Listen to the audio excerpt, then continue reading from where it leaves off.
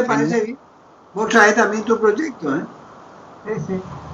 Vos siempre tenés un proyecto, Alberto. Vos Sí. sos un proyectista nato, vos siempre tenés un proyecto. Bueno, ya entramos ahora. Vamos a comenzar porque ya entramos, ¿eh? Permiso un segundo.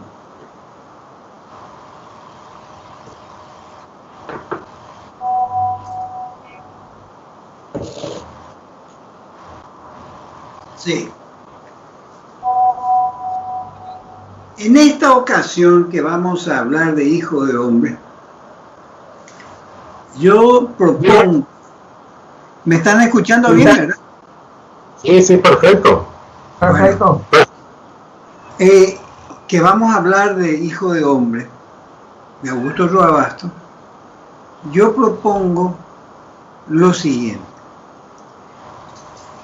Yo quiero tocar esencialmente la primera parte del libro, que se llama precisamente Hijo de Hombre, y tiene el número 1 ahí. Esa primera parte lleva tal vez unos 15 capítulos, más bien pequeños, y a lo que quiero llegar es a encontrar para ustedes algunos tramos de esa sección del libro que podamos estudiar desde dos puntos de vista. Primero, desde el punto de vista de la materia que el autor toca en el libro, y en segundo lugar, del estilo del autor. Veamos lo siguiente, para comenzar. Hay que entender que la palabra materia abarca más que tema, abarca más que sujeto, abarca, entre otras cosas, la historia del país, en este caso, la historia de la región, en este caso, estamos hablando básicamente de la zona del Guairá. Itapé es una población guaireña, y otras poblaciones del lugar, como Carobení, etcétera, etcétera. Abarca por un lado la historia, abarca también la geografía, y abarca algo que es la materia del libro, algo que es una reflexión del autor sobre las costumbres del lugar, las costumbres de la gente, ya desde afuera de el tema del libro como tal, porque el tema es una cosa y la materia del libro es otra.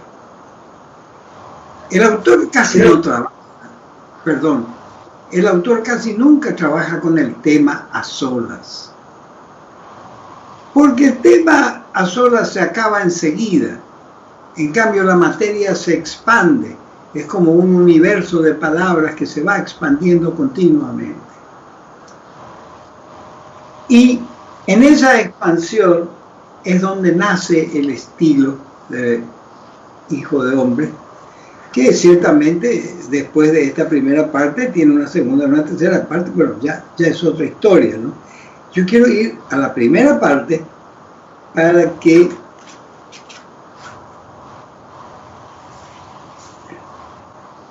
ustedes vean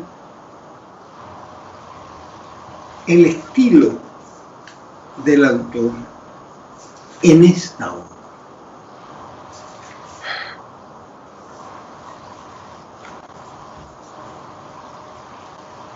El libro comienza así. Uno, Hijo de Hombre, tiene una cita del poeta Yeats, que era un poeta irlandés, que dice: cuando retoco mis obras es a mí a quien retoco, porque esto está retocado por Roabasto varias veces, y en realidad tiene todo el derecho del mundo a retocar lo que quiera, ¿verdad? Hueso y piedra. Escuchen bien lo que voy a leer. hueso y piel, doblado hacia la tierra, solía vagar por el pueblo en el sopor de las siestas calcinadas por el viento norte. Repito la lectura de este pequeño trozo. Hueso y piel, doblado hacia la tierra, solía vagar por el pueblo en el sopor de las siestas calcinadas por el viento.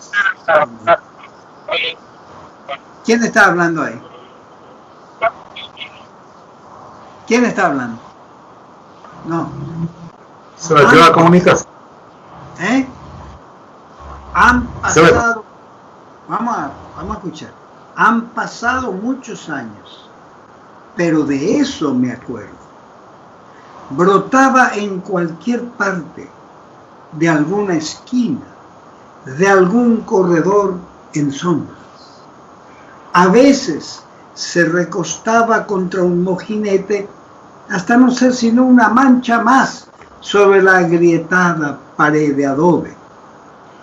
El candelazo de la resolana, el calor intenso, ¿verdad?, lo despegaba de nuevo.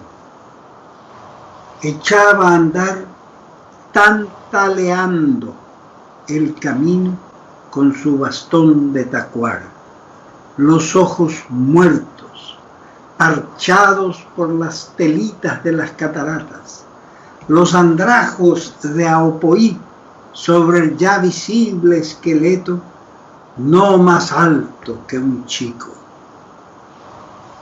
Y aparece una exclamación, que es la exclamación infantil. ¡Guau, Macari! Dejábamos dormir los trompos de Arazá. Son los chicos los que están hablando. Dejábamos junto al hoyo y lo mirábamos pasar como si ese viejecito achicharrado, hijo de uno de los esclavos del dictador Francia, surgiera ante nosotros cada vez como una aparición del pasado. Yo quiero hacer un pequeño estudio de esta mitad de página, es la mitad de una página. ¿Qué pasó con José? Desapareció. Bueno. Está escuchando bien, ¿verdad?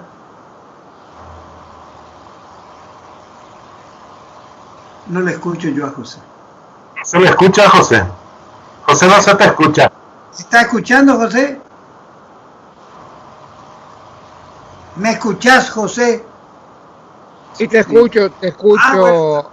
Bueno. Ahí activé el micrófono. Ahí activé el micrófono. Dale. Muy bien. Vamos a estudiar este párrafo para estudiar el estilo de él.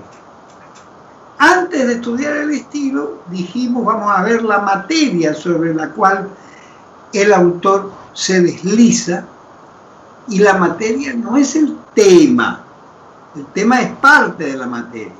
La materia es toda la historia, es el relato que ya vimos que no es la historia son los sucesos, el relato es el orden que se le impone a los sucesos, y la narración es la intervención del narrador en la historia. ¿Estamos de acuerdo, verdad? Acá aparece una narración en estado puro. El autor interviene en cada palabra. En cada palabra interviene, no en cada línea, en cada palabra.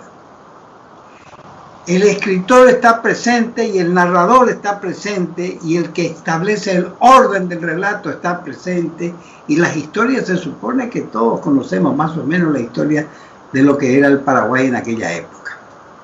Se supone, y si no, después de esto no va a quedar duda que lo vamos a conocer. Entonces, el estilo de él sobre esta materia se despliega en palabras. Decir hueso y piel es decir todo lo contrario de piel y hueso, que es la forma que tenemos de hablar. Cuando uno dice, este tipo queda piel y hueso, dice, no dice hueso y piel. Piel y hueso, ¿sí o no? ¿Ustedes escucharon la expresión piel y hueso o no? Este hombre quedó piel y hueso. No es que quedó hueso y piel. Pero esto es muy importante que ustedes lo anoten, ¿eh? Por favor, porque acá está el ROA más importante de su carrera. Le da vuelta al idioma. Cualquiera dice piel y hueso. Él no, él dice hueso y piel. Hueso y piel. Así empieza. Sí. ¿Eh? Así. Sí. Hueso y piel. Después sigue la segunda calificación. Doblado hacia la tierra. Él usa la palabra doblado. ¿Qué quiere decir doblado? ¿Qué otra palabra podríamos usar? ¿Qué aparente sinónimo podríamos usar ahí? Encorvado, ¿verdad? O inclinado. Inclinado, encorvado. No, él dice doblado. ¿Cuál es la diferencia real entre doblado e inclinado? O también curvado. ¿Cuál es la diferencia real? Doblado. La palabra doblado se aplica, por ejemplo, a un papel y se dice doblado, ¿verdad? Queda doblado el papel. Cuando se aplica a un hombre, dice doblado hacia la tierra, estamos usando un verbo que generalmente se hubiera cambiado por otro. Un autor que no hubiera sido, disculpen mi admiración, que no hubiera sido un genio como el autor de Hijo de Hombre, hubiera dicho encorvado hacia la tierra, hubiera dicho inclinado hacia la tierra, y estaría muy bien. Un autor como Cervantes diría inclinado. No, él dice doblado. Él no dice piel y hueso, dice hueso y piel, y después dice doblado hacia la tierra.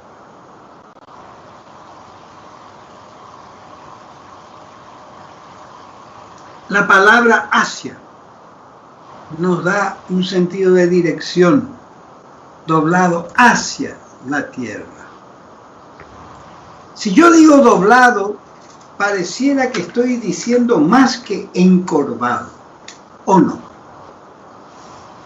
Y yo le estoy preguntando en serio a ustedes ahora porque este es el estilo que estamos estudiando. Si digo doblado, sin duda digo más que encorvado. Digo más que inclinado. Digo doblado. Esto es doblado. Partir en dos, doblar en dos, es siempre en dos. Entonces el tipo está doblado hacia la tierra. Está mucho más que inclinado. Está mucho más que encorvado. Está doblado. Estaría sugiriendo también sugiriendo la palabra doblegado, en cierto modo. Doblegado es otra cosa. Doblegar es imponer la voluntad de uno sobre otro. Vencer e imponer. Y casi siempre tiene un sentido humillante también. Lo doblega, es decir, lo venció. En cambio, doblar no es humillante, de ninguna manera. Es físico. No tiene una connotación moral como doblegar. Doblegar tiene una connotación moral y ética que doblar no tiene. Después dice, solía vagar por el pueblo. Eso no hay manera de poner de otra manera. No hay forma de cambiar la forma. No hay modo de alterar el modo. Es solía vagar por el pueblo. Solía. Puedo cambiar y decir vagaba por el pueblo, ¿verdad?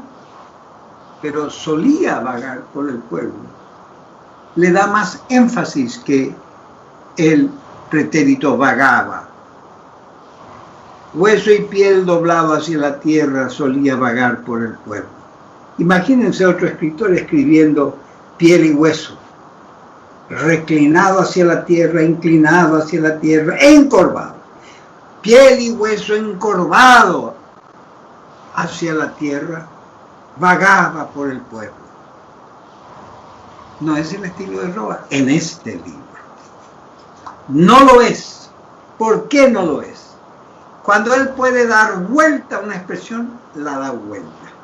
Cuando él puede elegir una palabra que tenga más énfasis que otra, usa la más enfática.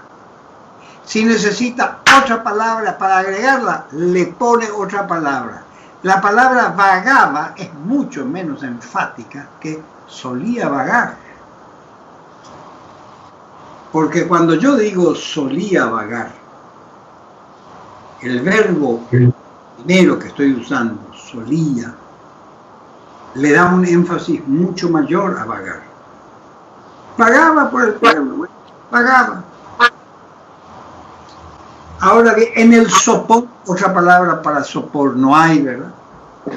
No es inútil buscar acá inútil es buscar un sinónimo. El sopor es la palabra castellana para esa sensación de calor. El sopor de las siestas calcinadas por el viento norte. De las siestas muy calientes por el viento norte. Calcinar. Se vuelven muy calientes. Ahora, sigue así. Han pasado muchos años, pero de eso me acuerdo. Esto no se puede poner de otra manera. Brotaba en cualquier parte, de alguna esquina, de algún corredor en sombras.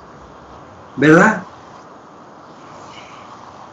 El candelazo de la resolana, candelazo quiere decir el gran calor de la resolana, lo despegaba de nuevo.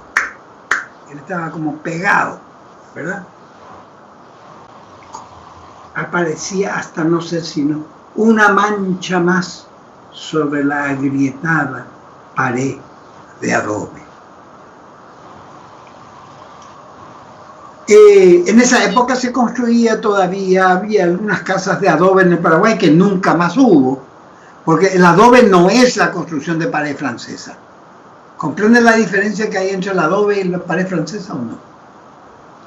Adobe significa un ladrillo no cocido, es un ladrillo más grande que un ladrillo que no ha sido cocido al horno, que ha sido puesto a secar al sol y que se ha endurecido.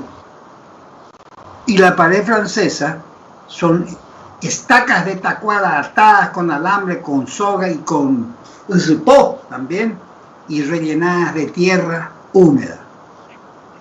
Es otra cosa. Es otra cosa. Esta era una casa de adobe. Había todavía casas de adobe en aquella época. ¿Por qué? Porque no había horno para hacer ladrillo. Entonces se hacían los ladrillos a mano, por supuesto, los adobes, lo dejaba secar. Ahora, echaba a andar es una expresión española que en el Paraguay no se usa. Se dice comenzó a caminar, dicen. Echar a andar es una expresión característica del habla española.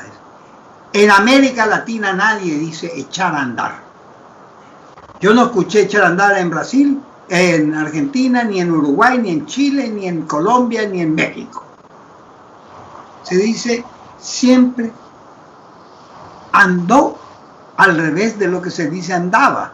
Es decir, se pronuncia mal todo y se dice andó. Es un mal castellano, echó a andar. Y cuando se dice comenzó a caminar o comenzó a andar, ¿verdad? Dio inicio a la marcha también se dice, pero echar a andar es un hispanismo. Entonces él usa ahí un hispanismo. Con todo el derecho del mundo, tiene el derecho del mundo. O sea, él es un escritor de lengua castellana, usa un hispanismo. Tantaleando. Tantalear es el verbo que está usando con su bastón de tacuara, ¿sí? Dándole golpes con el bastón de tacuara al camino, ¿verdad? Los andrajos de Aopoí sobre el ya visible esqueleto, no más alto que un chico. Es decir, se había ya achicado este hombre. ya no tenía más que la altura de un chico, era bajaban debajo, estaba inclinado, ¿verdad? Ustedes pudieron seguir el estilo de él acá.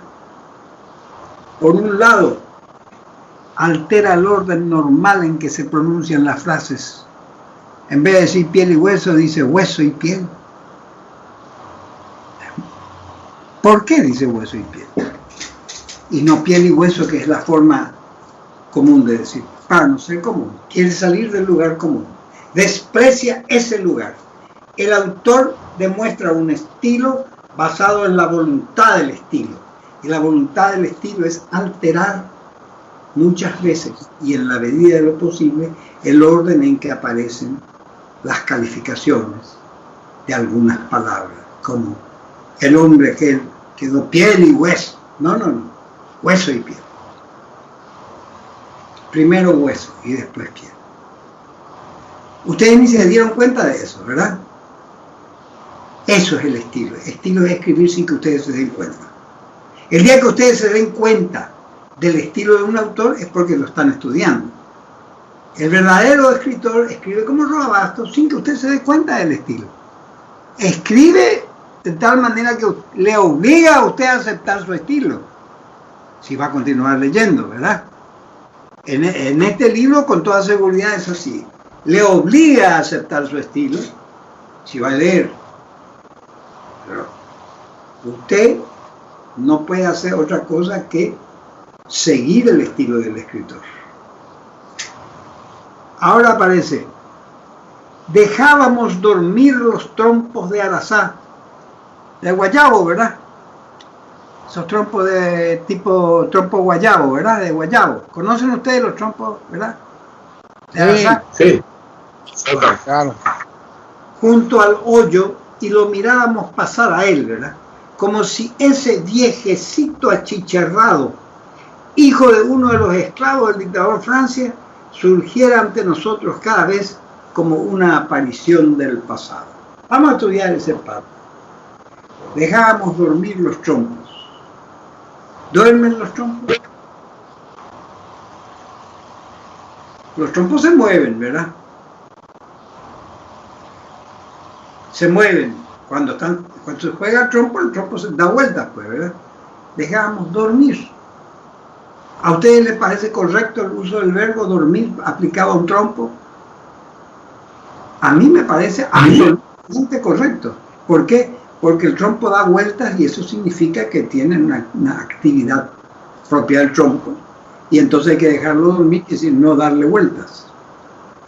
Se puede aplicar por una extensión metafórica el verbo dormir, aplicar a la palabra, al sustantivo trompo. Pero no es la forma que tiene de expresarse la gente. Con toda seguridad no. Bueno, vamos a dejar dormir los trompos. No, nadie dice eso. Acá en Paraguay se va a dejar allí, bueno, vamos a dejar ahí los trompos, después vamos a jugar, etc. Pero dormir no. Es decir, se aleja del habla común en este tramo. Y lo mirábamos pasar a él, no hay otra forma de decir, ¿verdad?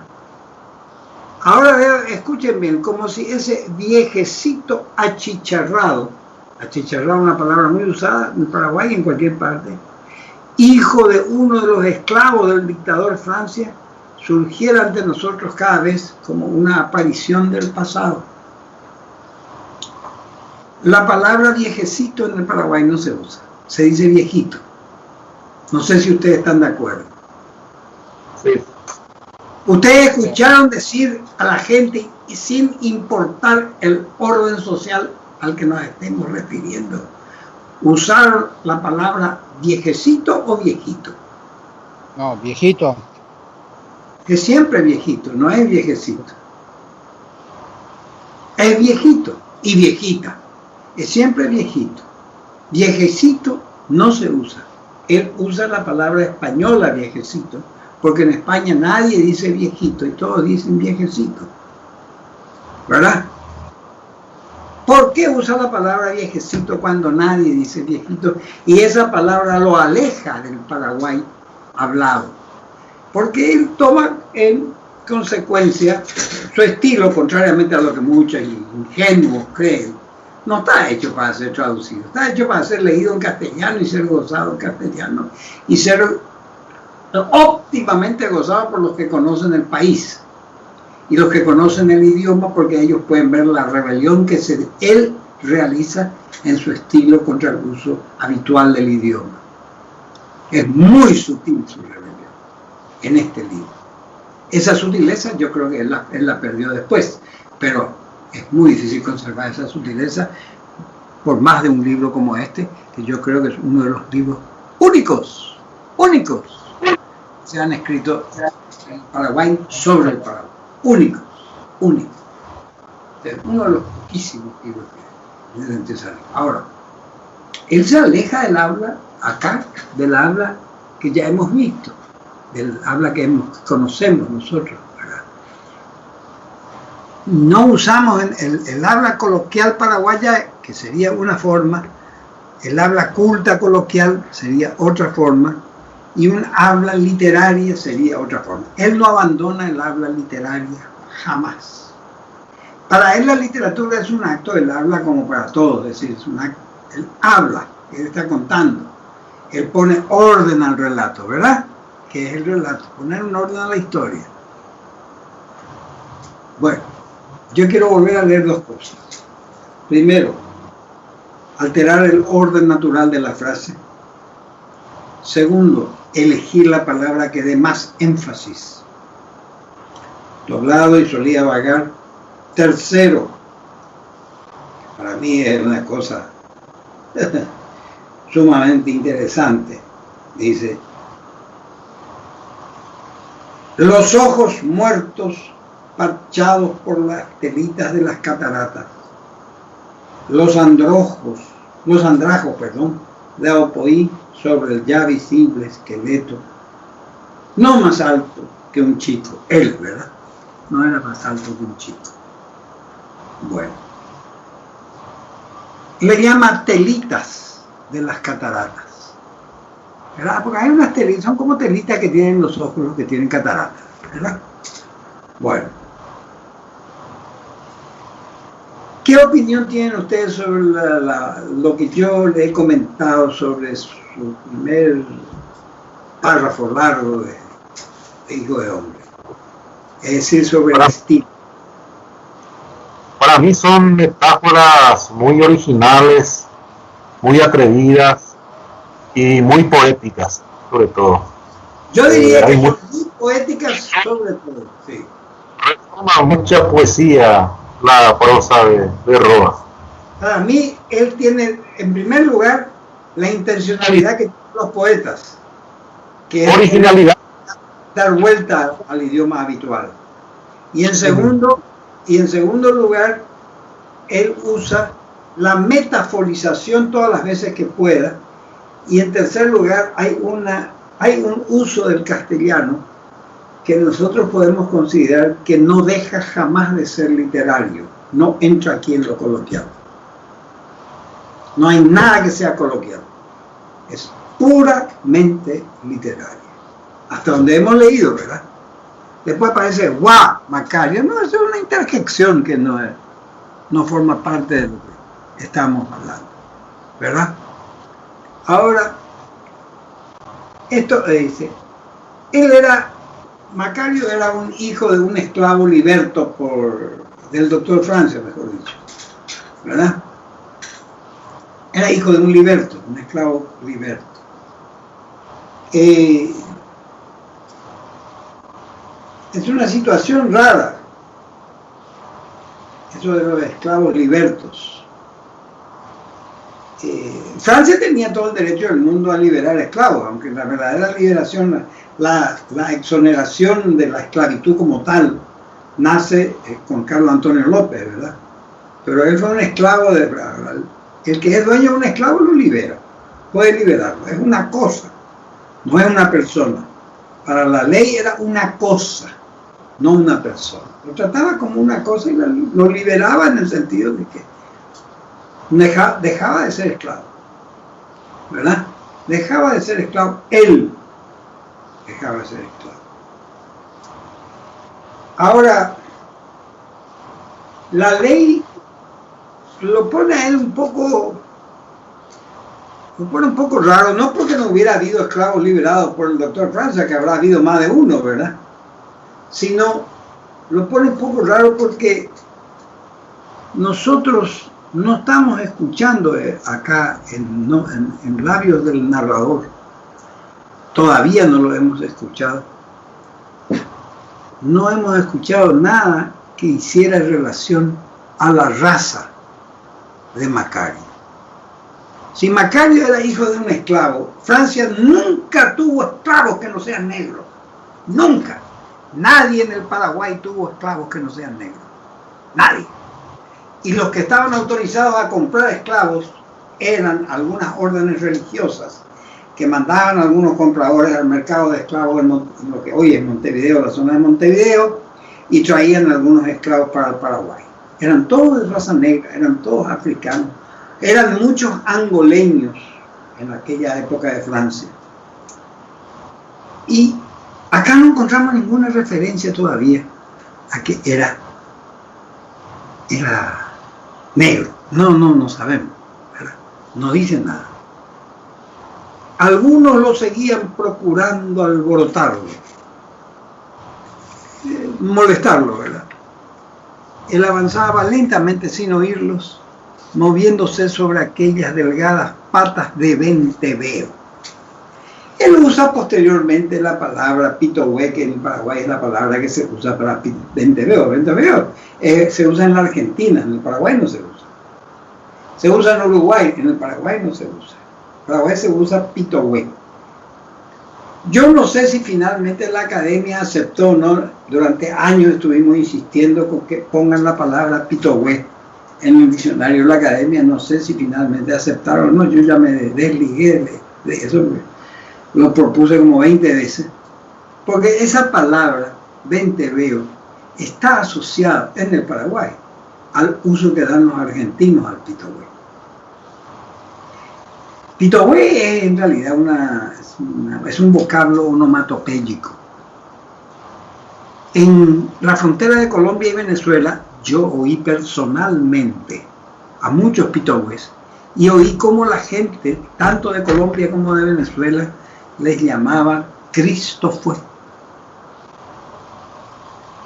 Por el sonido onomatopéyico, por copiar el sonido que es la onomatopeya. Cristo fue, Cristo fue, Cristo fue, pitohue, pitohue, pitohue. No es una palabra guaraní. Es una palabra guaranizada en su expresión, pitohue. Pito no es palabra guaraní. Sino que se paraguayizó y quedó el término pitohue para venteveo y además es el término usado. Roa usa la palabra pitohue más adelante y la combina acá con venteveo, pero acá dice venteveo. Acá dice, él avanzaba lentamente, sin oírlos, moviéndose sobre aquellos con delgadas patas de venteveo. ¿Qué pasa? Para traducir la palabra venteveo al paraguayo pitohue, inmediatamente pone ¡guau! Macario pitohue. Los mellizos Goiburu corrían tras él, tirándole puñados de tierra que apagaban un instante la diminuta figura. Y viene la otra onomatopeya muy conocida que es dicho feo, feo, feo, ¿verdad? Que también se transforma por pico feo, feo, feo, que yo escuché en algunas provincias en la Argentina. Después dice, Caraítu, Yacolí, Wilili, bla, bla, bla. Es decir, mete una expresión en guaraní que no tiene vela en el entierro, pero que le da un toque local rápidamente porque, claro, el guaraní es la lengua hablada en primerísimo lugar en la región en donde esto transcurre. Y en segundo lugar está el guaraní y en tercer lugar está el guaraní. El castellano está en enésimo lugar y para muy pocos en la época en la cual está transcurriendo esto. No sé si ustedes se ubican lo que habrá sido Itapé, Carovení, la zona de alrededor de Villarrica, hasta Tebicuarí en aquella época. Era una zona profundamente guaranítica en términos de lengua. Era el paraguayo que hablaba guaraní todo el tiempo. Mire, yo no tengo la posibilidad de hablar de lo que fue en 1910, pero les puedo hablar de lo que fue esa zona en 1940 y tantos, 30 y tantos años después, o 40 años después. El que hablaba castellano era un tipo que era raro, era un tipo de Villarrica generalmente, ¿verdad? De la ciudad, que había ido a la escuela, había ido al colegio, etc. Ahora, los chillidos y las burlas no lo tocaban. Pone una palabra súper usada en el Paraguay. Tembleque y terroso se perdía entre los reverberos, a la sombra de los paraísos y las ovenias que bordeaban la acera. En aquel tiempo el pueblo de Itapé no era todavía lo que es hoy. A más de 3 siglos de su fundación por mandato de un lejano virrey de Lima, continuaba siendo un villorrio perdido en el corazón de la tierra bermeja del Guairá. No hay nada que se pueda poner de otra manera. Era un villorrio, es decir, una población muy pequeña. El corazón de la tierra bermeja del Guairá es una expresión poética que todo el mundo la puede comprender y usar. Y después viene a la imaginación de Roa Bastos cuando se trató de fundar la villa de Itapé. El virrey achacoso se había limitado a posar la uña sobre la inmensidad desconocida y vacía, despreocupado de las penurias y del sudor que empujaba a nacer, como sucedía siempre cuando se trataba de repartir la tierra a los encomenderos o de premiar las fatigas de los capitanejos. Que un capitanejo no es un capitán, es un tipo que se las da de algo y que maneja, por ejemplo, una banda de contrabandistas o de lo que sea, ¿no? Que habían contribuido a reducir las tribus y que habían trabajado militarmente también para matar indios, ¿no? Es un trabajo. El trabajo que tenían era matar indios. Y ellos así lo ponían en sus documentos, ¿verdad? Me ha costado mucho esfuerzo dar muerte a esta gente, dice. Yo leí eso. Así decía uno de ellos, uno de estos capitanejos a los que se refiere Roa. Y Roa sale en defensa muy sutil de la población indígena, en este caso, cuando dice premiar la fatiga de los capitanejos que habían contribuido a reducir las tribus. No le da la categoría de capitán a los que se dedicaban a matar indios, sino de capitanejos, que es despectivo. El uso del despectivo en él es típicamente español. Cuando un español no quiere negarle un cierto rango a cierta persona, usa el rango más un despectivo.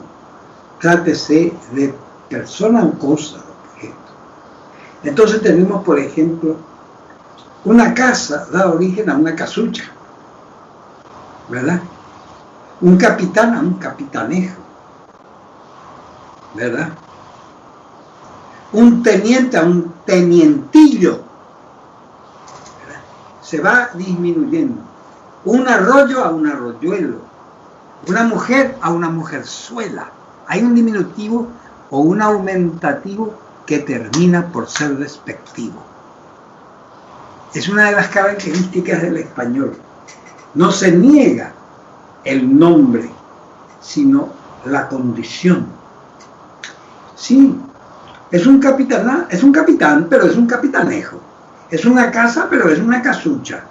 Es un teniente, pero es un tenientillo, un tenientito. Es un naranjo, pero es un naranjito lindo. ¿Verdad? Yo quiero poner una cosa grotesca, uso ote, ¿verdad?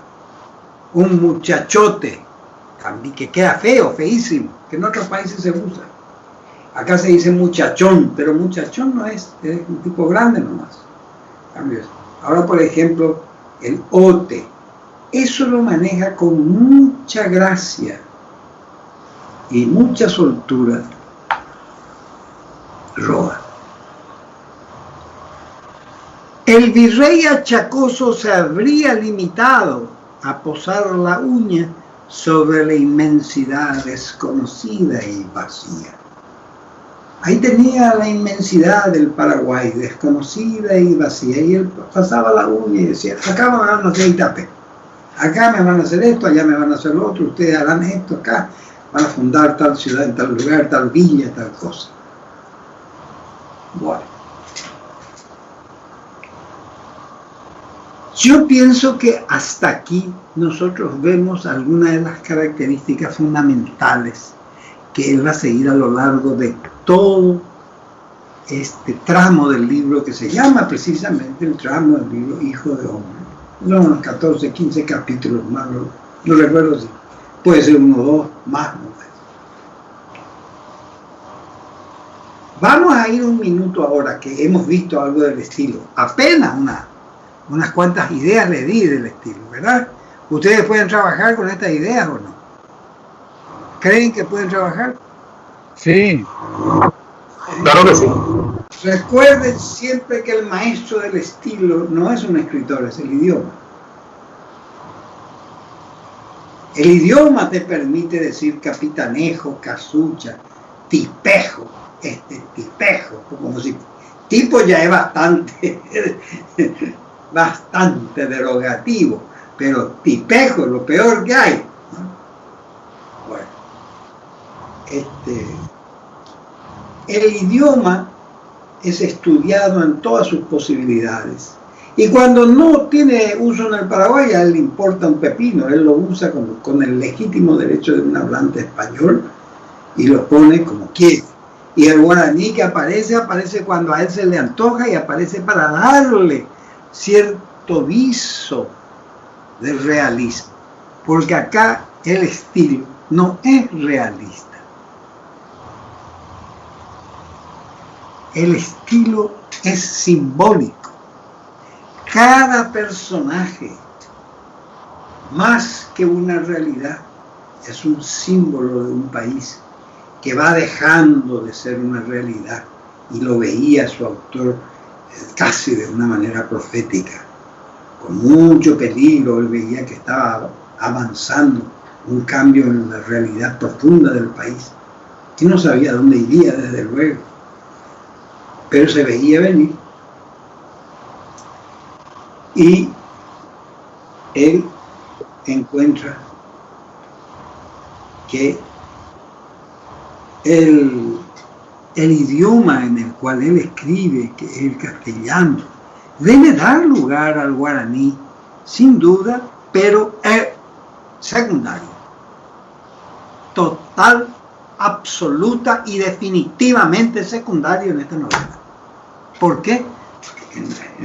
Si va a escribir, si va a escribir en guaraní, ya tiene que escribir directamente en guaraní. No puede estar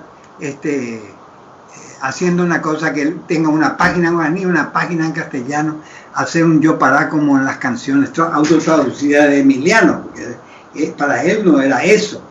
Acá no se trataba de hacer una canción donde yo traduzco lo que estoy escribiendo para el que no sabe, ¿verdad? Porque eso es una estrofa, pero un libro no puede hacerlo. El guaraní le da un color local, le da rápidamente una ubicación, y más que al paraguayo, al extranjero que se da cuenta de que esto no tiene nada que ver con el castellano, ¿verdad? Ahora,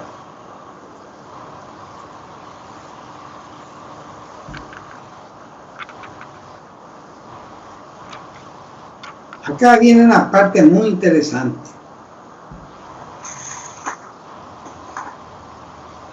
De aquel pueblo primitivo de Itapé, ¿verdad? Del primer Itapé, solo quedaban unas casas de piedra y adobe alrededor de la iglesia. De las carcomidas paredes emergían tallos de helechos salvajes y amambay. De pronto algún horcón secular echaba su propio verde retoño.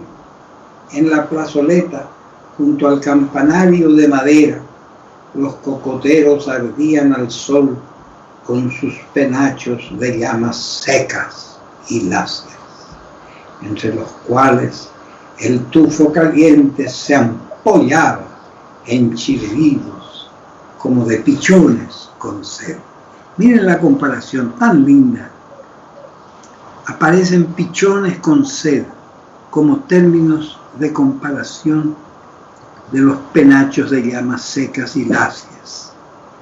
El tufo caliente se ampollaba en chirridos, es decir, aparecían sonidos que eran como de pichones con sed, ¿verdad?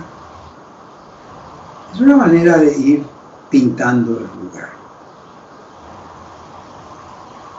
Hasta acá llegamos bien con lo que se refiere al estilo, porque todo lo que se diga sobre el estilo en esta parte de la novela, sobre el estilo, que no haga referencia directa al juego que realiza el escritor con el idioma, no tiene sentido. Acá no hay un interés en materia de abordaje. No es que sea interesante la forma, interesante desde luego toda la novela, pero es particularmente interesante el abordaje que tiene él para hablar de Itapé, para hablar de un hijo de un esclavo liberto del doctor Francia. No es interesante. Lo toma con una gran naturalidad. Él cuenta esto como si fuera parte de su propia infancia.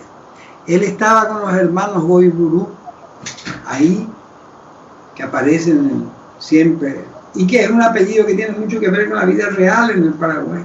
Pero los Goiburú eran una familia, desde luego tuvo un destino trágico, ¿verdad? Famoso doctor Goiburú, ¿verdad?, que lo hizo matar a Stroessner. Ahora,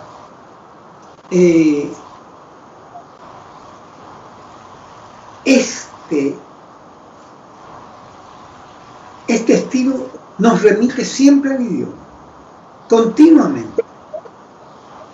Yo quisiera encontrar algo, por ejemplo, que sea propio del abordaje. Pinta un viejito, viejecito, dice él, pinta un viejito con un gran sentido de humanidad, con un sentido de condescendencia incluso, ¿verdad?, hacia la dificultad que tenía este hombre para seguir sobreviviendo, luchando en el mundo en su época. Lo pinta con una gran simpatía. Ustedes ven la simpatía que tiene el autor a Macario. Van a decir que en alguna medida este personaje es un doble de Roa Bastos. Este viejito es un doble de él. Él se siente profundamente identificado con este hijo de un esclavo liberto. Bueno, ahora una cosa más y vamos a ir al tema, a la materia, pero quiero volverle una cosa, quiero mostrarles algo.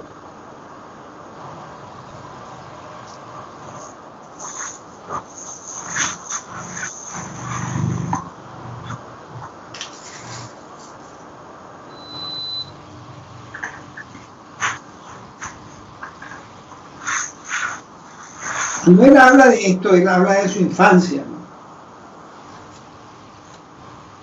Miren bien, cada palabra atiendan bien acá.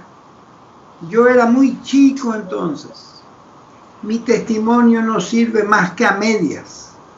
Ahora mismo, mientras escribo estos recuerdos, siento que la inocencia a los asombros de mi infancia se mezclan en mis traiciones y olvidos de hombre. Las repetidas muertes de mi vida. Miren esta frase. las repetidas muertes de mi vida es digna de un poema. Esto en prosa es muy difícil de encontrar. Es muy difícil de encontrar. Y en la prosa paraguaya es inexistente. Las repetidas muertes de mi vida. No estoy reviviendo estos recuerdos. Tal vez los estoy expiando. Quiere decir que recordar en la forma en que él recuerda es un acto, si no culposo, reprobable, porque hay que expiarlo, y se expían los pecados.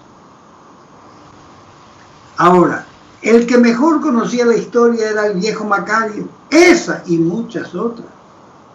Por aquel tiempo, no todos los chiquillos nos burlábamos de él. Algunos lo seguíamos, no para tirarle tierra, sino para oír sus relatos y sus heridos que tenían el olor y el sabor de lo vivido. Era un maravilloso contador de cuentos. Acá aparece la gran admiración del autor a él. Sobre todo, un poco antes de que se pusiera tan chocho para morir. Era la memoria viviente del pueblo y sabía cosas de más allá de sus linderos. Él mismo no había nacido allí. Se murmuraba que era un hijo mostrenco de Francia. En el libro de Christmas estaba registrado con ese apellido.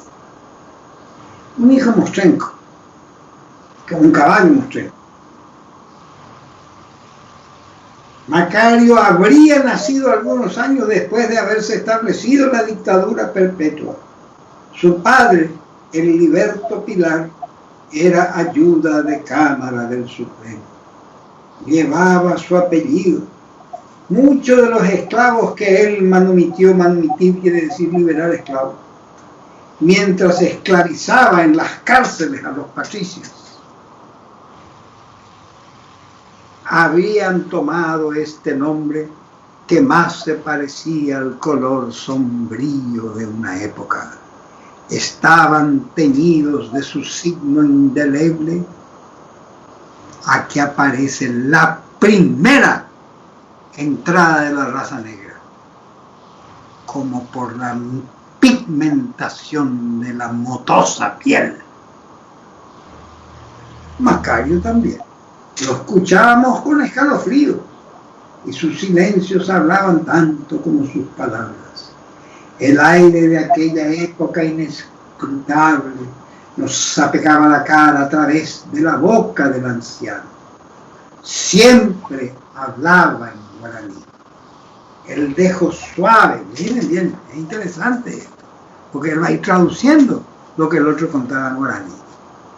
El dejo suave de la lengua india tornaba apacible el horror, lo metía en la sangre. Él aparece ya aquí como creando una lucha entre dos idiomas, de que el guaraní era mucho más suave y podía ir apagando muchas asperezas.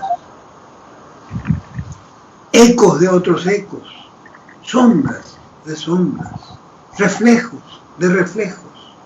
No la verdad tal vez de los hechos, pero sí su encantamiento. El hombre, mis hijos, nos decía, es como un río, tiene barranca y orilla, nace y desemboca en otros ríos, alguna utilidad debe prestar. Mal río es el que muere en un estero.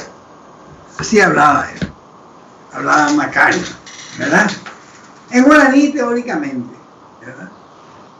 Pero está puesto lo que él dice en castellano, está puesto de una manera que se ve, que se puede decir en guaraní perfectamente.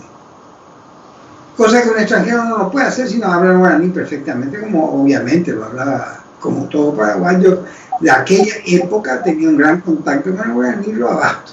Hoy ya no lo tienen los paraguayos de esta época, ¿verdad? Ahora quiero hablar de lo que llamábamos materia. Entonces la materia es más que el tema. Ustedes ven hasta donde yo leí que el abordaje, el ángulo desde el cual se toma al personaje, Macario, sea particularmente interesante. No. ¿Qué hay de interesante en Macario? En el abordaje que tiene el autor. El autor lo presenta como la memoria viva del pueblo, ¿verdad? Al ser la memoria viva del pueblo, la función que tiene Macario es la función de la memoria del pueblo, no una función personal. Incluso cuando habla de que el hombre es como un río y mal río es el que muere en un estero, ¿verdad? Bueno, lo que está diciendo básicamente es que a través de este hombre habla Itapé, habla el Guairá, habla el Paraguay y habla el Paraguay de antes, ¿verdad? Este es el auténtico Imaguaré en serio, ¿verdad? La época de Francia. Y el apellido Francia sonaba hasta hace 50, 80 años atrás todavía. Sonaba en el Paraguay muy mal. Era una época muy negra la época de Francia para la mayoría de los paraguayos. La reivindicación de Francia es una obra del general Stroessner, le guste o no le guste a ustedes. Es una obra de Stroessner. En la época de Stroessner aparece Francia como el grande en el Paraguay. Con anterioridad ni siquiera el Morínigo se encargó de cambiar en los libros, los de doña, por ejemplo, Concepción Leyes de Chávez, eso que se escribía para los niños. Estaba ahí, ya no era lo que había sido antes, ¿verdad? Un déspota terrible, pero no era el ídolo defensor de la nacionalidad y constructor de la patria como lo trató Ezequiel González Arcina, ¿verdad? Por orden de Stroessner, desde luego. Entonces, ¿qué pasa? Acá ya hubo una deformación histórica contra la cual en realidad se alza Roa Bastos. Roa Bastos reconoce que la palabra Francia pegaba fuerte en esa época, estamos hablando de 1900, a más tardar 1910 y básicamente después de la Guerra Grande, hasta llegar a la infancia de Roa Bastos, que sería aproximadamente lo que él dice que fue su infancia. En realidad lo hizo mucho antes, porque la infancia de Roa Bastos es del año 20 y tanto y hasta los 30, supongo, hasta el año 30, algo así, ¿verdad? Ahora, ahí ya no está más. Estamos hablando de la época del cometa Halley, etc. Yo quiero decirle que la materia del libro entonces es la actitud del autor frente al idioma, la actitud del autor frente a los personajes. Hasta ahora están apareciendo dos personajes. Aparecen los chicos, estos gurú, como chicos aparecen en realidad. Y el gran personaje que es Macario. ¿Cómo lo aborda Francia? Como un personaje mítico. Es un sujeto que aparece en las siestas calcinadas y desiertas. Es un viejito con las telitas de las cataratas en los ojos. Un hombre, como dice él, doblado hacia la tierra. ¿Verdad? La memoria viva del lugar. Por sinegro, que es decir, por dar la parte por el todo, es la memoria viva del Paraguay de entonces. Ahora, aparece Francia ahí ya. Él aparece como hijo de un liberto. El padre de él se llamaba Pilar. Curioso nombre de mujer, ¿verdad? Pero no era raro entre los negros. Entonces, ¿qué pasa? Era la ayuda de cámara y le ayudaba a vestirse al dictador. Y le dio la libertad el dictador. Sí, cómo no. Mientras esclavizaba a los españoles, dice. Porque a los españoles los esclavizó de Francia. Y él usa el verbo esclavizar acá, Roa Bastos. Es decir, él condena ese uso que hizo Francia de los españoles, a los que en realidad los trataba como españoles, eran paraguayos ya, ¿verdad? Al fin, al postre no vas a ser español toda tu vida, pues, ¿verdad? Ya eran paraguayos. Todos los que tuvieron que emigrar a la Argentina eran tan paraguayos como él, y a lo mejor en algún caso ya con más generaciones. Ahora, yo sostengo que él dice frases como los liberaba mientras esclavizaba a los españoles. Dando a entender que los trataba como esclavos a sus propios compatriotas o a los españoles que estaban en el Paraguay y que en realidad, si lo pensamos bien, eran paraguayos, no eran españoles. Es lo mismo que cuando aparece acá el caso de esta gran escritora que tenemos todos, que es la señora, fue también una pintora y ceramista, Josefina Pla. Ella nunca abandonó la ciudadanía española, pero para mí es una escritora paraguaya, no española, ¿verdad? Yo la trato como paraguaya y punto. Y así la trata todo el mundo, ¿verdad? Bueno, a esa gente también todo el mundo trataba como paraguayos, no como españoles. Todos ellos, los de Cuba, los machaínes, etc., todos eran hijos, nietos y bisnietos españoles, pero ahora, cuando nosotros vemos acá el abordaje del autor, no es un rasgo estilístico importante. Él crea la figura del mito, que ya estaba creada con anterioridad. Él solo le da nombre al mito y le da un rostro, un cuerpo y un cuerpo endeble, le da una edad, la de un viejo, la de un viejito, al que llama viejecito, ¿verdad? Y va traduciendo además muchas cosas. Cuando dice que tenía las patas de venteveo, después aparece Pitohue, ¿verdad? Entonces, ¿qué pasa? Su abordaje no es interesante. Lo que es interesante en términos de materia es la relación con el idioma. Nosotros estamos en presencia de una obra de gran valor para la lengua castellana en América Latina, ¿verdad? En Hispanoamérica. De gran valor. Es que por suerte Paraguay es Hispanoamérica, ¿no? Entonces es de gran valor para toda Hispanoamérica en realidad, al ser de gran valor para Paraguay. Y es un libro cuya continuación que ustedes lo van a poder hacer mucho mejor a partir de estos datos que yo les estoy diciendo. Y les va a servir a ustedes para tener una idea de lo que fue el Paraguay en aquella época, que es una idea literaria y no una idea histórica. Perdón, adelante, compañero. Y acá también lo interesante es cómo Bastos va enlazando la historia del mito con la propia realidad paraguaya, ¿verdad? Cómo va tejiendo, enlazando, y eso se va viendo a lo largo de la obra del hombre.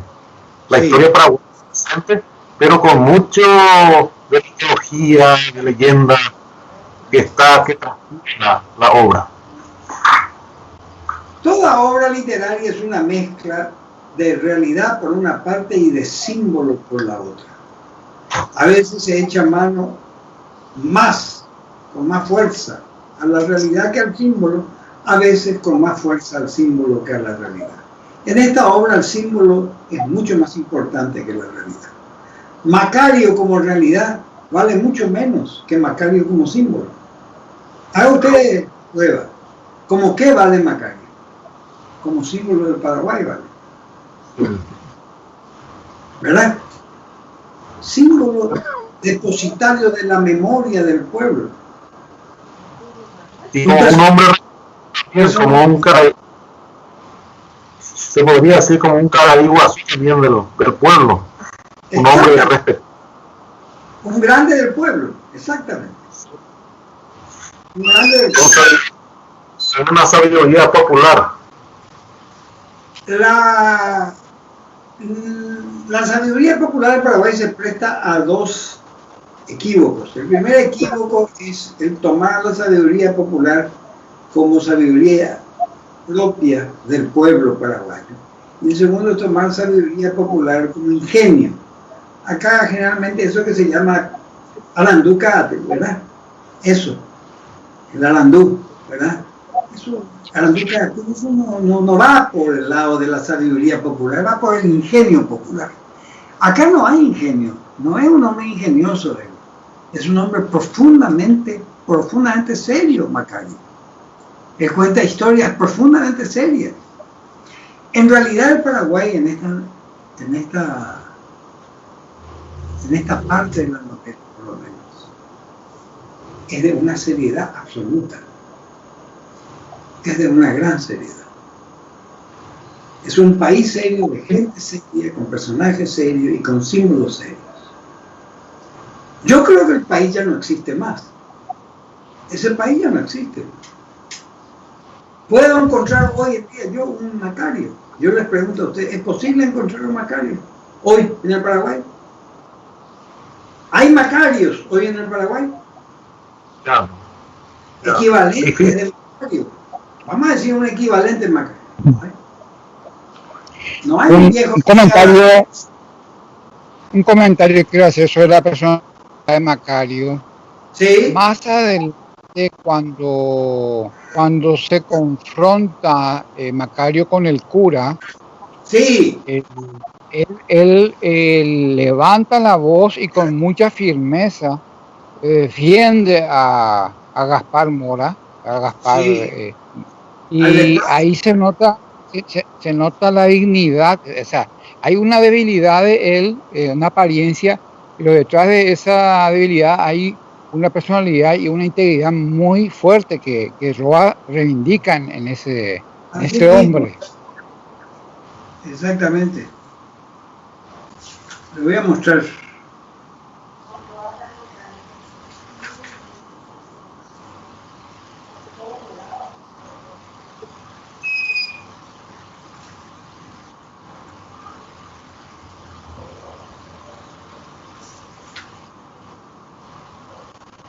Espérenme.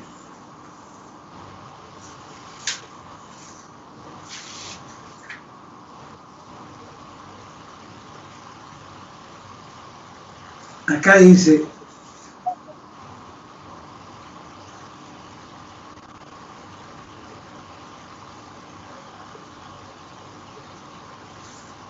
acá está. Venimos a llevarte, Gaspar, le dijo Macario. Te hemos buscado por todas partes. Yo ya estoy muerto, contestó lentamente, y puedo decirles que la muerte no es tan mala como la creemos.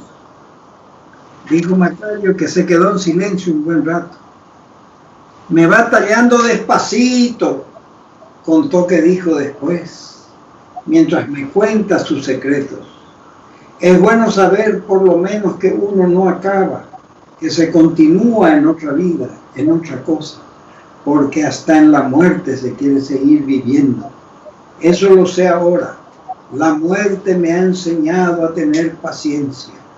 Yo le hago un poco de música, dijo con una sonrisa, con broma, para pagarla, nos entendemos.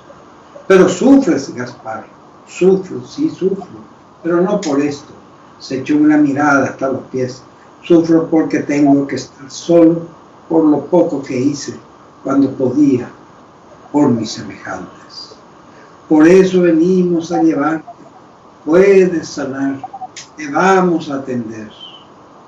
Ahí es de la época que estaban con Macario hablándole a Mora, ¿verdad? Ahora, quiero leer la parte final de esto, que dice así.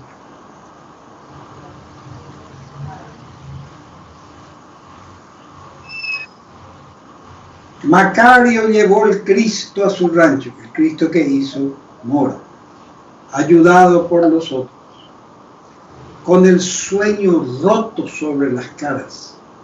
Muchos se les unieron por el camino, pero nadie hablaba ni preguntaba nada. El polvo tragaba el ruido de sus pasos.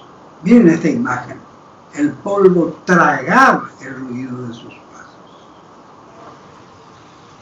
Después del tumulto, el silencio pesaba de nuevo extrañamente en esa calma inundada por el lechoso resplandor. Entonces, desde arriba, el campanero, abrazado a uno de los travesaños, contemplaba el lento y silencioso remolino humano que se llevaba el pedazo de madera con la forma del Redentor.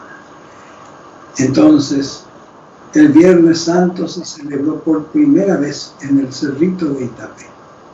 De Asunción vino el padre Fidel Maíz, uno de los mejores oradores sagrados de la época, para inaugurar el Calvario y predicar el sermón de las 7 palabras. Todo el pueblo se volcó al cerro para la celebración de ese ritual, que era un triunfo a medias de Macario y de los suyos. ¿Qué pasa? Macario fue el que lleva el Cristo al templo. Macario es el que se impone y el que discute con el cura, ¿verdad? Sí. Y el éxito fue finalmente el éxito de todo el pueblo que siguió a Macario, ¿verdad? Pero el abordaje no es importante. No es importante. Él no se detiene en el abordaje. No hay mucha sutileza con el abordaje. Hay más sutileza con la lengua que con el abordaje. El abordaje es la manera de tocar el tema.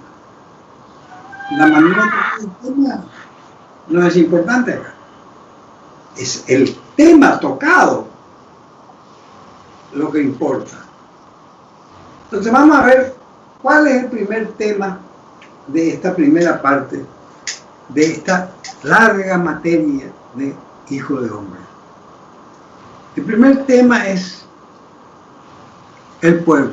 El segundo tema es el pueblo de Itapé. En tercera instancia es el pueblo de Itapé hace 150 años y más.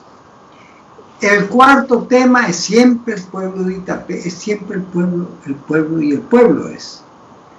El personaje central de esta novela es el pueblo paraguayo.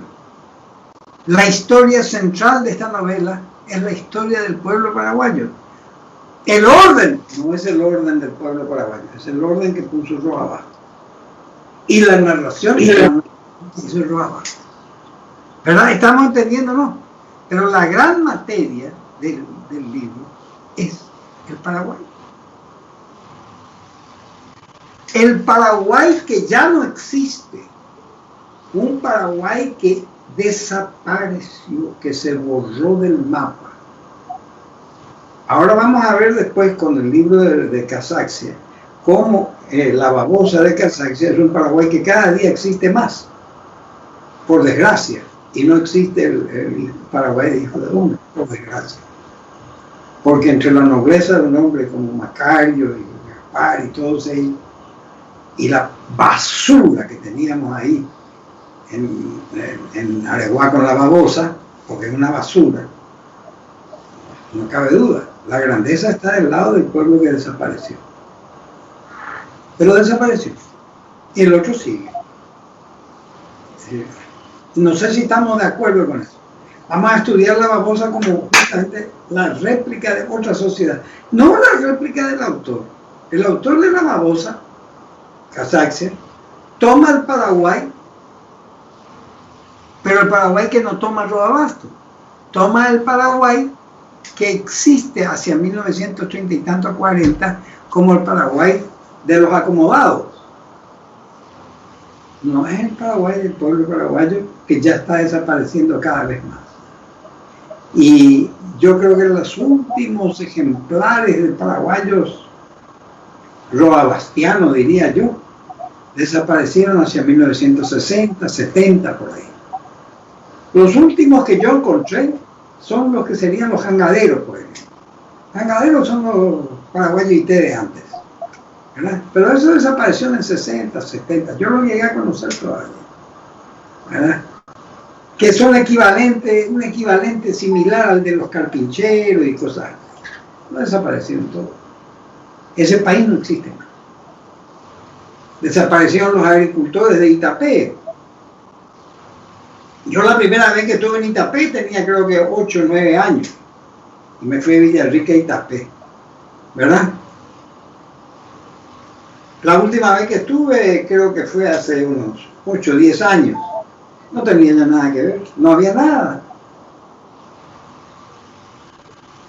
En cambio, aquel Itapé que yo llegué a conocer todavía tenía mucho de los abastos. Y creo que él, que vivió en toda la región de su infancia, habrá guardado los detalles más propios de la literatura, ¿no? Ahora, ¿qué piensan ustedes de lo que estamos tocando? Muy interesante porque con esta exposición que viste hoy, Jacob, también vamos a poder en la próxima clase ver esa contraposición que hace Casals, ¿verdad?, con La Babosa. Sí. Las dos novelas, vamos a decir, más trascendentales. Las dos novelas capitales del Paraguay. Las dos obras capitales del Paraguay. Capitales, exactamente, sí. Es así. Otro aspecto también muy importante que yo veo en esta primera parte de la obra de Roa Bastos, Hijo de Hombre, es la profunda religiosidad también del personaje en sí, Gaspar Mora, el hijo de ¿La religiosidad de quién? Gaspar Mora. Él se aleja. El tallador de la vida, el tallador del Cristo, es un hombre profundamente religioso. Que se aleja del mundo, al saber que estaba leproso, se aleja, va a la cima del cerro y empieza a tallar el Cristo hecho como un símbolo hombre, ¿verdad? Hablando de símbolos justamente. Hay que entender que el Cristo de madera que hizo Gaspar Mora, claro, es el símbolo del Cristo que hace el pueblo paraguayo, porque el pueblo paraguayo es el pueblo leproso. Nosotros somos los leprosos después de la guerra de la Triple Alianza. Los sobrevivientes de la guerra de la Triple Alianza son todos leprosos para los ganadores. ¿O no? Sí, sí. A nosotros nos trataron como leprosos, los ganadores. Así mismo. Entonces, ¿qué pasa? Yo tuve siempre una gran simpatía por Roa Bastos porque lo consideré mi vengador personal. Él nos vengó a todos nosotros, ¿verdad? Él justamente al convertir a un paraguayo leproso tallador en un héroe de novela, nos dio a todos el sabor de la venganza y la vendetta. Todos estos mitristas infelices que vinieron acá y los partidarios del imperio brasileño nos trataron de la peor manera posible. Y eso lo ve uno en esta novela. ¿Verdad? Es así mismo. Es así. Entonces, ahí es donde yo realmente creo que el escritor paraguayo tiene que ir demostrando su independencia de lo que es el Paraguay de hoy, que no es en absoluto el Paraguay de antes. Pero eso yo digo por desgracia, no es. Yo digo que hay una gran desgracia en el Paraguay, que es haber cambiado su hidalguía, su nobleza, su resistencia por unos cuantos dólares falsos, por un puñado de dólares, como dice la película. Un puñado de dólares. Sí. Y eso lo entienden los extranjeros y por eso tenemos los problemas que tenemos. Antes el Paraguay era un país admirado por mucha gente. Yo llegué a conocer esa admiración. ¿Quién admira hoy al Paraguay? Nadie.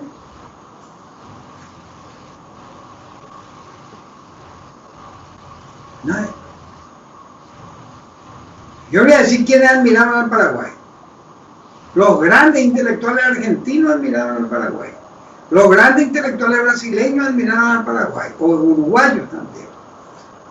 En España se admiraba al Paraguay. ¿Quién admira hoy al Paraguay?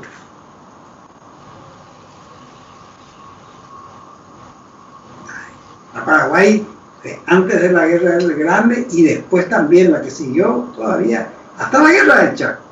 Después de la Guerra del Chaco, comenzó la caída. Y entonces no se quiere tocar el tema por cobardía. ¿Verdad? Pero es la verdad. Es la verdad. Sigamos hablando, a ver, ¿qué dicen ustedes? Yo quiero escuchar a ustedes. Yo más bien así comentarios al margen, dos comentarios. Uno es que sería bueno que estas sesiones de talleres se sigan levantando en la web, porque hay detalles que uno de repente quiere repasar y es muy interesante. Y se puede hacer, se hace luego.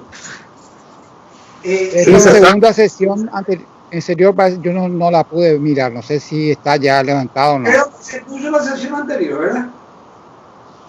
Sí, se está levantando en la página web. Víctor te puede decir con mayor se está seguridad. Cada sesión se pone en la página, ¿verdad? Sí, señor. Cada transmisión se pone en la página de la Dirección de Cultura. En la página de la manzana se pone.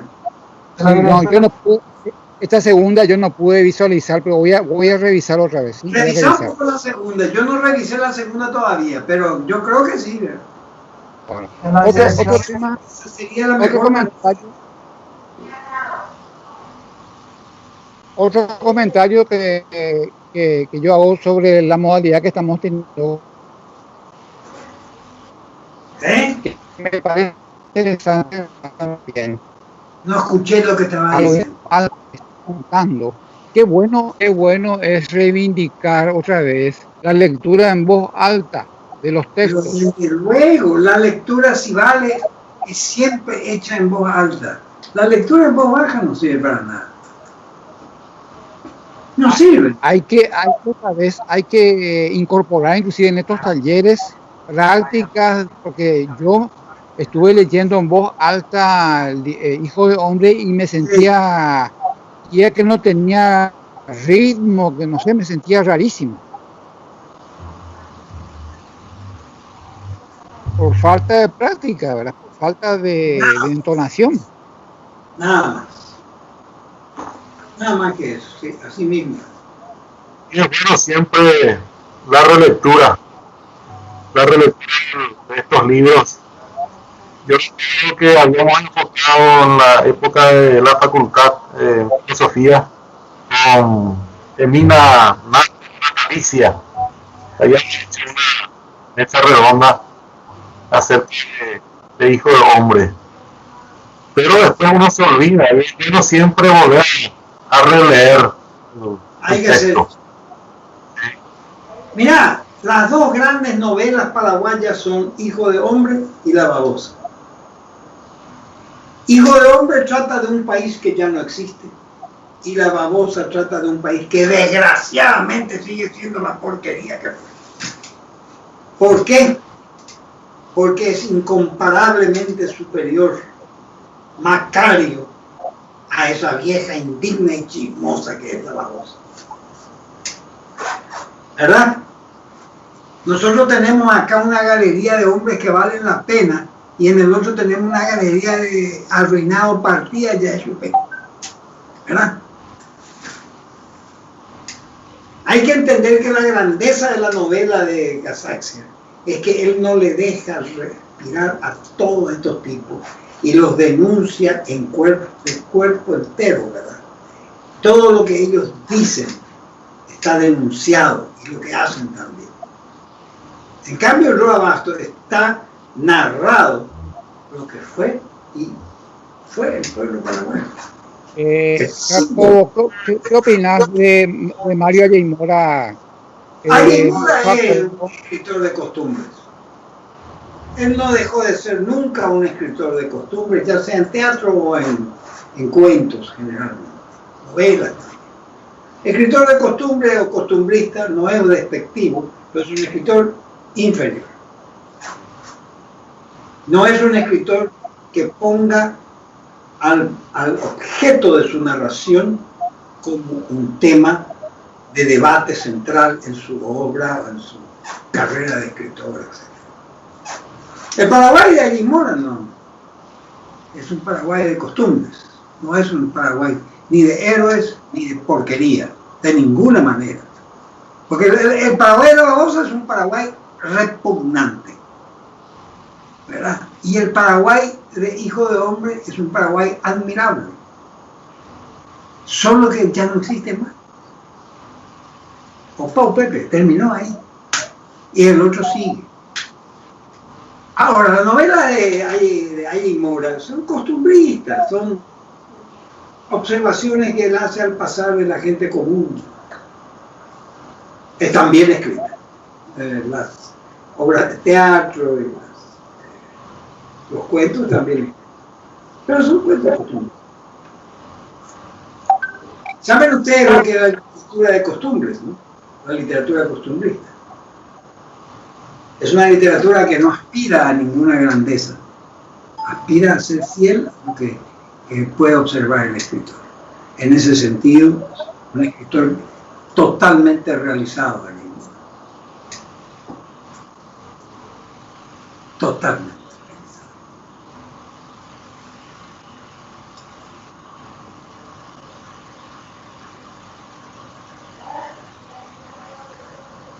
Bueno, vamos a vernos el jueves, ¿no? El próximo Y vamos a tocar la babosa. una cosa muy interesante realmente. Y vamos a comparar las dos sociedades, la sociedad de la babosa con la sociedad de Hijo de Hombre. Porque Excelente. son las grandes obras que hay. ¿Eh? Así mismo. Vamos a estar nuevamente prendidos el próximo jueves. Muy bien. Gracias, Jacobo. Gracias, Alberto, Víctor. Gracias a ustedes también. Gracias a todos ustedes. Gracias a todos ustedes por estar ahí y por seguir adelante con lo que estamos haciendo. Y nos vemos el próximo jueves. Nos vemos. Chao, chao. Chao, chao. Chao, chao. Chao, chao. Chao.